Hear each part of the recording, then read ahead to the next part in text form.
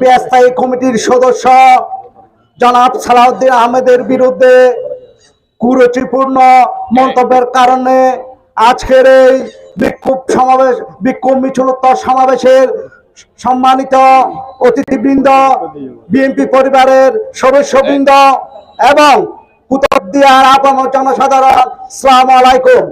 সালাউদ্দিন শুধু একটি নাম নয়, সালাউদ্দিন সাহেব একটি ইতিহাস। সালাউদ্দিন সাহেব কক্সবাজারের অহংকার।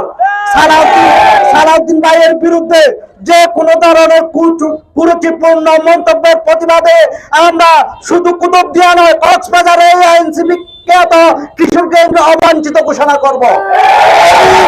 যদি 24 ঘন্টার মধ্যে এরা ক্ষমা না চায় তাহলে কুতুবদিয়ায় এনসিসি এনটিপি খ্যাত ওই কিশোরগঞ্জকে প্রতিহত করা হবে। প্রস্তুত আছেন?